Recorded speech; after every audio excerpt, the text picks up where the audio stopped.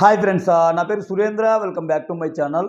ఈ particular video వచ్చి పాడుతా తీయగా రియాలిటీ షో గురించి ప్రవస్తి ఆరాధ్య అనే అమ్మాయి చేసిన కొన్ని కామెంట్స్ అయితే ఆలోచింపజేసే విధంగా ఉన్నాయి. సో నిజంగానే అసలు రియాలిటీ షోలో రియాలిటీ ఉంటుందా?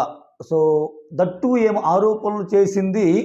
సో దిగ్గజాలన్నమాట, అంటే మ్యూజిక్ ఇండస్ట్రీకి దిగ్గజాలు. కీరవాణి గారు కానీ, సునీత గారు కానీ, చంద్రబోస్ గారు కానీ, వీళ్ళు జడ్జెస్గా ఉన్న ఒక షో గురించి ప్రవస్తి ఆరాధ్య ఏం ఆరోపణలు చేసింది, అసలు షో ఎలా జరుగుతుంది, రియాలిటీ షోలో రియాలిటీ ఉంటుందా, వాళ్ళకి నచ్చినట్టు చేస్తున్నారా అనే దానిపై ఓపెన్గానే కొన్ని కామెంట్స్ చేసిందనమాట. దాని గురించి వీడియో మాట్లాడుకుందాం. దానికంటే ముందు వీడియోస్ నచ్చుతుంటే లైక్ చేయండి, కొత్తగా ఎవరైనా చూస్తుంటే ప్లీజ్ డూ సబ్స్క్రైబ్. ఇది కొత్త ఛానల్ అండి, సో ఖచ్చితంగా దీంట్లో వీడియోస్ అయితే వస్తూనే ఉంటాయి, చెప్పాను కదా. రైట్, వీడియోస్ నచ్చుతుంటే మాత్రం ప్లీజ్ డూ సబ్స్క్రైబ్. ఎస్, అసలు విషయానికి వస్తే అసలు ఫస్ట్ రియాలిటీ షో గురించి మాట్లాడుకుందాం. రియాలిటీ షోస్లో నిజంగా రియాలిటీ ఉంటుందా అంటే ఒక పాడుతా తీయగానే కాదండి. ఈ మధ్య మన తెలుగు రియాలిటీ షోలు ఎలా తయారైనాయి అంటే పేరుకు మాత్రమే రియాలిటీ షోస్, ఆ రియాలిటీ ఉండదు. ఎందుకంటే టీఆర్పీసే. కోర్స్ అది ఒక బిజినెస్కి సంబంధించిన ప్రోగ్రామ్. ఎవరే పని చేసినా బిజినెస్ కోసమే చేస్తారు, అది జగమెరిగిన సత్యం. వాళ్ళు ఒక ప్రోగ్రామ్ డిజైన్ చేస్తున్నారంటేనే దాని మీద డబ్బు రావాలి, ఆ డబ్బునే జడ్జెస్కి ఇవ్వాలి, పార్టిసిపెంట్స్కి ఇవ్వాలి, లైక్ ప్రోగ్రామ్ మేనేజర్స్కి ఇవ్వాలి, పిఆర్ఓస్కి ఇవ్వాలి, అంతా ఇవ్వాలి.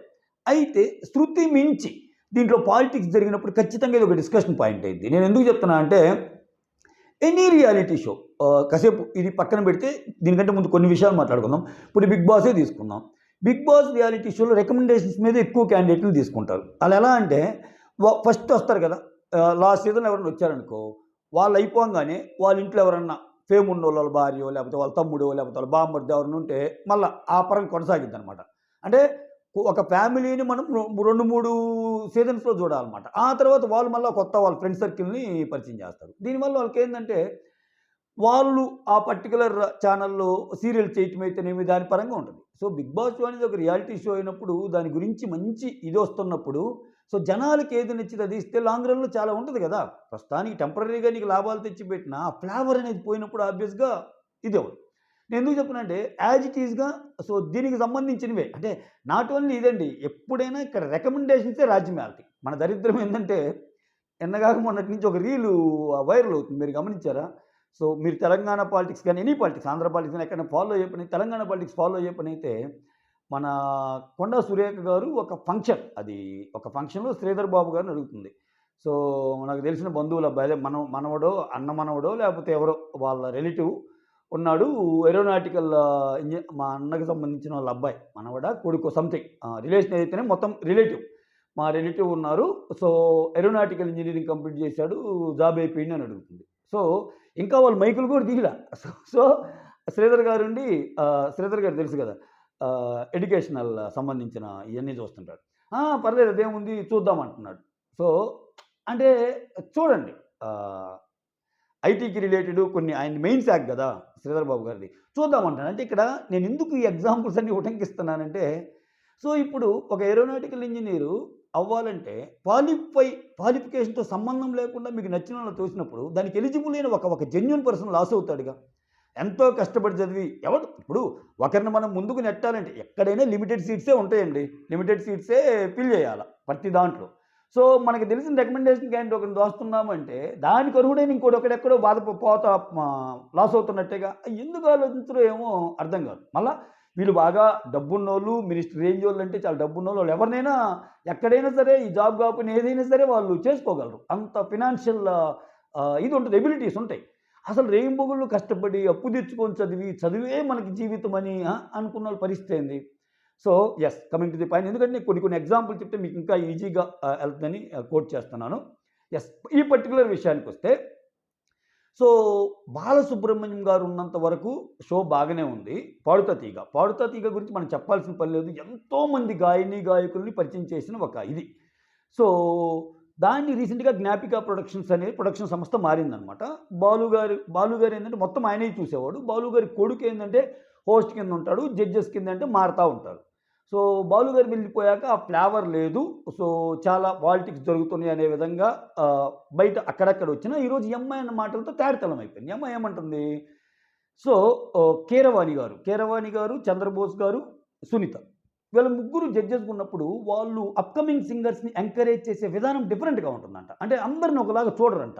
వాళ్ళకి నచ్చిన వాళ్ళు అయితే ఒకలాగా, నచ్చిన వాళ్ళు అయితే ఒకలాగా. కీరవాణి గారు అయితే కీరవాణి గారికి సంబంధించిన పాటలు పాడితేనే మార్క్స్ ఎక్కువ వేస్తారంట. సో సునీత అయితే అసలు ఆమెకు నచ్చకపోతే కోపం ప్రదర్శిస్తుందంట.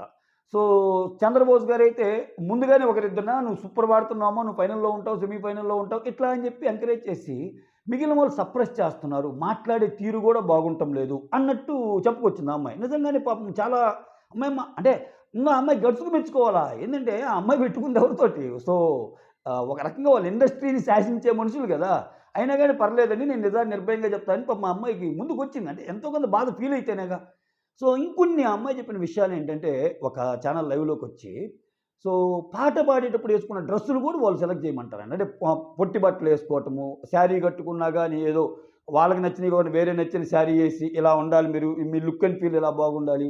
ఇప్పుడు సింగర్‌కి కావాల్సింది గాత్రం అండి. లుక్ అండ్ ఫీల్‌తో ఏముంది? గాత్రం బాగుంటే చాలదా? అట్లా తయారైంది ఇండస్ట్రీ. అంటే నీకు కావాలన్నా సరే ఇప్పుడు గాత్రానికి గాత్రధర్మం మెయిన్. దానికి బాహ్య స్వరూపము, అందము ఎన్నెందుకు? కాబట్టి మనం మనం అట్నే ఏడుస్తున్నాయి. మన ఇండస్ట్రీలో అటువంటివే రాజ్యం వెళ్తున్నాయి. ఏం చేద్దాం మన కర్మది. సో ఇప్పుడు ఒక అమ్మాయి బాగోదండి. అమ్మాయి గొంతు సూపరు. ఇప్పుడు సింగర్స్‌ని ఏమన్నా మనం తెర మీద చూస్తామా? చూడంగా. ఎంత మంచి అవకాశాలు ఇవ్వాలి అటువంటి వాళ్ళకి. అంటే ఇండస్ట్రీలో కూడా పాటలు పాడాలి అంటే వాళ్ళకేందంటే ఆ షోని లక్షల మంది చూస్తుంటారు కాబట్టి అపియరెన్స్ ఇయన్నీ అనమాట. సో దీనివల్ల కొంతమంది ఇదవుతారు కదా. సో అవన్నీ చెప్పుకొచ్చింది. ఆమె ఎప్పుడు మాట్లాడినా కోపంగా మాట్లాడుతుంది సునీత గారు అసలు నచ్చకపోతే వేరే రకంగా మాట్లాడుతుంది. చంద్రబోస్ గారేమో అసలు ఒక ఇద్దరు ముగ్గురిని మైండ్‌లో పెట్టుకొని వాళ్ళని ఫస్ట్ నుంచి ఊగుతా ఉంటాను. కీరవాణి గారిది ఒక స్టైల్. ఈళ్ళ వల్ల నాకు అసల ఇదైపోయింది. ఆ అమ్మాయి నెక్స్ట్ వీక్ జరిగే దాంట్లో ఎలిమినేట్ అయ్యిద్దంట. అమ్మాయి బాధంతా చెప్పుకొస్తుందనమాట. అంటే ఎలా తయారైందంటే మీరు గాని గమనిస్తే రెగ్యులర్ వీక్షకులు గాని మీరు గమనిస్తే మీకు అర్థమైంది. ఇప్పుడు 'ఢీ' షో. 'ఢీ' అనేదేంది? ఒక dance based show. Dance based షోలో డాన్సే చూపియాల. ఇప్పుడు కామెడీ ఉంది కదా! ప్రతి దాంట్లో కామెడీయే. ఆ డాన్స్‌లో కూడా వాళ్ళు చూపించే డాన్స్ తక్కువ. 'ఢీ' వస్తుందంటే ఈ కామెడీ ఎక్కువ చూపిస్తున్నారు. ఆ డాన్స్ మధ్యలో. అవును ఇప్పుడు కామెడీ కోసం ఇంకో షో డిజైన్ చేసుకోవచ్చు కదా! షో ఫ్లేవరే పోద్ది కదా!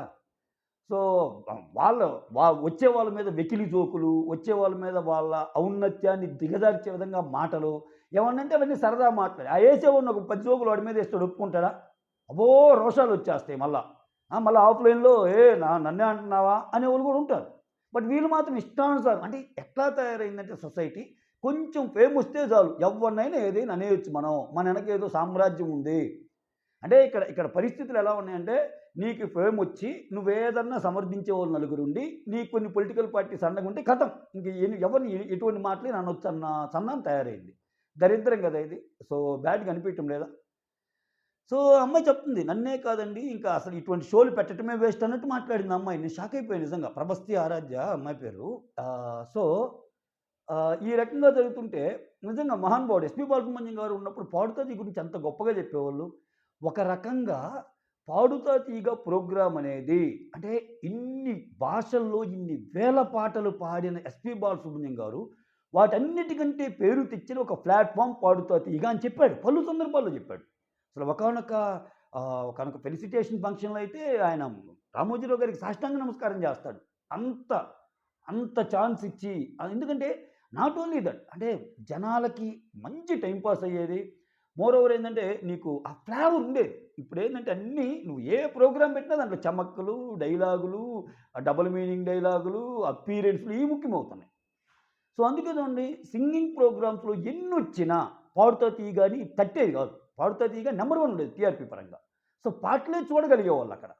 సో, ఆయనెళ్ళాక ఫ్లేవర్ మారింది. ఆ ప్రొడక్షన్ గూడా 'జ్ఞాపిక ప్రొడక్షన్' ఏదో వచ్చిందంట. ఆ అమ్మాయి ముచ్చటించేటప్పుడు చెప్పిన ఈ. సో, ఇవన్నీ జరుగుతున్నప్పుడు కొంచెం ఇవి పక్కన పెట్టి అంటే నేనెందుకు చెప్తున్నా అంటే అంత పెద్ద లెజెండరీ సింగరే అటువంటి ప్రోగ్రామ్స్‌కున్న ఆవశ్యకతను చెప్తా. అది చాలా మందికి జీవితాన్ని ఇవ్వటమే కాదు, నాకు గూడా అంటే నన్ను గూడా పాటలు పాడే బాలసుబ్రహ్మణ్యం గారు గాకుండా 'పాడుతా తీగ బాలసుబ్రహ్మణ్యం' అన్న పేరు నాకొచ్చింది అని చెప్పాడంటే ఆ ప్రోగ్రామ్‌కున్న ఒక ఇదేంది?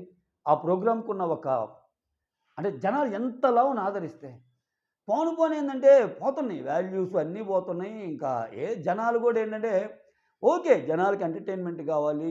ఒక రకంగా ఓకే దానికి. అందుకని ఇంక పద్దాకల అదే అంటే నువ్వు ఏ ప్రోగ్రామ్ అయినా డిజైన్ చెయి.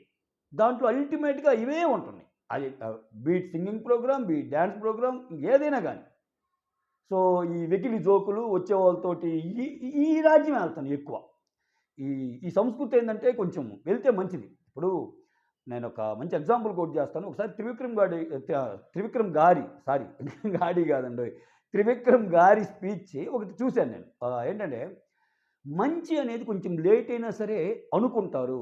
సో, ఇప్పుడు ఆయన ఆయన ఒక ఎగ్జాంపుల్ కూడా కోట్ చేస్తాడు. ఒక మంచి ఆహ్, రికార్డింగ్ డాన్స్ చూసి ఎళ్తున్నావు. అప్పుడు ఇప్పుడు హాయిగా అనిపిస్తాయి. లేకపోతే ఇంకొక మంచి మాటలు చెప్పి ఇంకోటున్నావు. అప్పటికప్పుడు అనిపించకపోయినా అంటే ఆయన సినిమాల పరంగా కొన్ని ఎగ్జాంపుల్స్ కోట్ చేస్తా ఉంటాడు.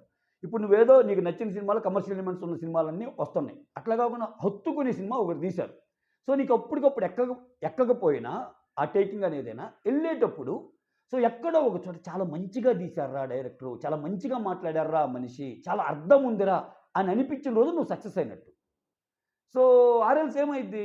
సో, ఇవన్నీ టెంపరరీ అనమాట. అందుకనే ఎప్పుడైనా చూడండి చరిత్రలో నిలిచిపోయేవాళ్ళు, చరిత్ర ఎన్ని సంవత్సరాలైనా మాట్లాడుకునే వాళ్ళకి ఒక లెవెల్ ఆఫ్ రెస్పెక్ట్ ఉండటానికి రీజన్ ఏందంటే వాళ్ళ బిహేవియరల్ యాస్పెక్ట్సే. సో, ఇవన్నీ ఉంటాయి. ఈరోజు ఉంటాయి, రేపు పోతాయి. ఇయి మారతా ఉంటాయి ఈ ఎంటర్‌టైన్‌మెంట్ యుగంలో. కానీ అల్టిమేట్‌గా నేను నిలబెట్టేదేంటంటే నువ్వు జనాల్ని ఎలా చూస్తున్నావు? నువ్వు జనాల్ని ఎంత రెస్పెక్ట్ చేస్తున్నావు? అందరూ అప్‌కమింగ్ సింగర్సే గదా! సో, ఆ చిన్న పాప అన్న మాటలైతే మాత్రం చాలా ఇదిగా అనిపించినాయనమాట. సో, మీకేమనిపిస్తుందో కమెంట్ చేయండి. అసలు రియాలిటీ షోలు ఎలా కొనసాగుతున్నాయి? ఎస్పెషల్లీ మన తెలుగు దాంట్లో. ఏమిలా ఇప్పుడు దానికి పెద్ద ఇదేం లేదండి. నీకెవరన్నా బాగా తెలిసిన పర్సన్ ఉండి, ఆ ప్రొడక్షన్ యూనిట్‌లో ఒకరు తెలిసినోళ్ళుంటే చాలనమాట. ఇంగంతే. ఆహ్, రికమెండేషన్‌ల పర్వం కొనసాగుతున్న రోజుల్లో ఆ అమ్మాయి ముందుకొచ్చి ఇప్పుడు కొన్ని కొన్ని ఆంక్షలు పెట్టమేంటసల? వాళ్ళకి నచ్చిన డ్రెస్సులేసుకుంటారు. మీరు ఇట్లాంటి డ్రెస్ ఏసుకోవాలి, అపియరెన్స్ ఉంటది. మీరు ఇలానే మాట్లాడాలి. అది రియాలిటీ షోలు రియాలిటీగా ఉంటాం గదా! రియాలిటీ అంటే రియాలిటీ లోపించినట్టే గదా!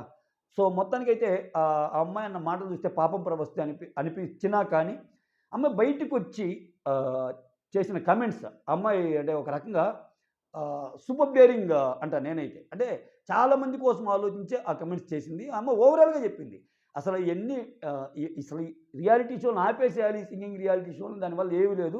ఎలాగో వాళ్ళకి నచ్చినోళ్ళకే ఇస్తారన్నట్టు చెప్పింది. అప్పుడప్పుడు మనకు కూడా అనిపిస్తుంది. మీరు చూస్తానండి. కొన్ని రియాలిటీస్ చూసినప్పుడు అంటే కొన్ని రియాలిటీ షోస్ చూసినప్పుడు ఒక సింగింగ్ గాని నేను నేను చాలా చూస్తుంటా. అరే! చాలా బాగా పాడుతుందిరా అన్న పాపకి రాదు ఒక్కోసారి. చాలా బాగా పాడుతున్నారురా బాబు అనేవాళ్ళకి రాదు. మళ్ళా బయట పబ్లిక్‌లో కూడా వాళ్ళకి బాగుంటది. సో, మరి వాళ్ళ జడ్జెస్ మెకానిజం ఏంటో ఏంటో అదే కాదు ఈవెన్ డాన్స్‌లో కూడా. వాళ్ళు ఇరగదీశారురా అనుకునేవాళ్ళు కొంతమందికి కప్పు రాదు. కొంతమందికొస్తది. ఇంకా, ఇంకా అన్నీ అట్నే తయారైనాయండి. అంటే నేను జనరలైజ్ చేసి చెప్తున్నా. ఏదైనా సరే సో, అట్లా నడుస్తున్నప్పుడు ఏందంటే, ఇంకా కొంచెమో గొప్పో ఈ సోషల్ మీడియా ఉంది గాబట్టి నిజంగా సోషల్ మీడియా ఎంత చెడో అంత మంచి కూడా అండి. మనం రెస్పెక్ట్ చేయాలి. ఎందుకంటే, ఒకప్పుడేందంటే క్యూలో నిలబడాలి, ఆడిషన్స్‌కెళ్ళాలంటే ఇయన్నీ తీసుకోవాలి. ఇప్పుడేందంటే నీలో టాలెంట్ ఉంటే బయట నువ్వు ఒక ఛానెల్ పెట్టుకొని నువ్వు పాటలు పాడినా గాని మట్టిలో మాణిక్యాల్లాగా చాలామందొస్తున్నారు. సో, ప్రూవ్ చేసుకుంటున్నారు. ప్రూవ్ చేసుకొని చాలా ఫేమొచ్చాక అప్పుడు మళ్ళా వాళ్ళే బతిమలాడతారు. రండి, రండి, రండి అని. ఎందుకని? అప్పుడు ఈ క్యాండిడేట్ గావాలా. అప్పుడు ఈ క్యాండిడేట్ అనేవాడు కావాలి. ఎందుకని? ఇతనికంటే అతనికున్న స్కిల్ ఇంపార్టెంట్. సో, అదే స్కిల్ ఒక ప్రోగ్రామ్‌కొచ్చి పెర్ఫార్మ్ చేస్తున్నప్పుడు, అదే స్కిల్ ఉన్నప్పుడు ఎందుకు నువ్వు రెస్పెక్ట్ జేయవు? నువ్వు గాకపోతే ఇంకొకరిలే. ఇప్పుడు ఇదే పర్సన్ బయటికొచ్చి ఒక లక్షల మందికి తెలిసి చాలా ముందుకు దోసుకెళ్ళాడనుకో బతిమలాడతాయి ఇంకా వాళ్ళని. వాళ్ళు ఎవ్రీ వీక్ పెట్టే ప్రోగ్రామ్‌లో గెస్ట్‌ల కిందనో లేకపోతే ఇంకొకరినో వాళ్ళని చూపియాలి. More than singing, more than dancing ఆ సెలబ్ స్టేటస్ వచ్చాక వాళ్ళని చూపిస్తే వచ్చే వ్యూయర్‌షిప్‌తో డబ్బులు ఎలా క్యాష్ చేసుకోవాలి అన్నది. సో, ఇంత దారుణమైన సిట్యుయేషన్‌లో ఉంది. ఇది ఎప్పుడు మారిద్దో మారాలని ఆశిద్దాం. ఎందుకంటే ప్రతిదీ రికమెండేషన్ అయిపోతే ఇంకా ఎలా అండి? అంటే కష్టపడే వాళ్ళకి అంటే ఆహ్, ఆహ్, హ్మ్. కష్టపడే వాళ్ళకి ఇంక రోజులెక్కడుంటాయి?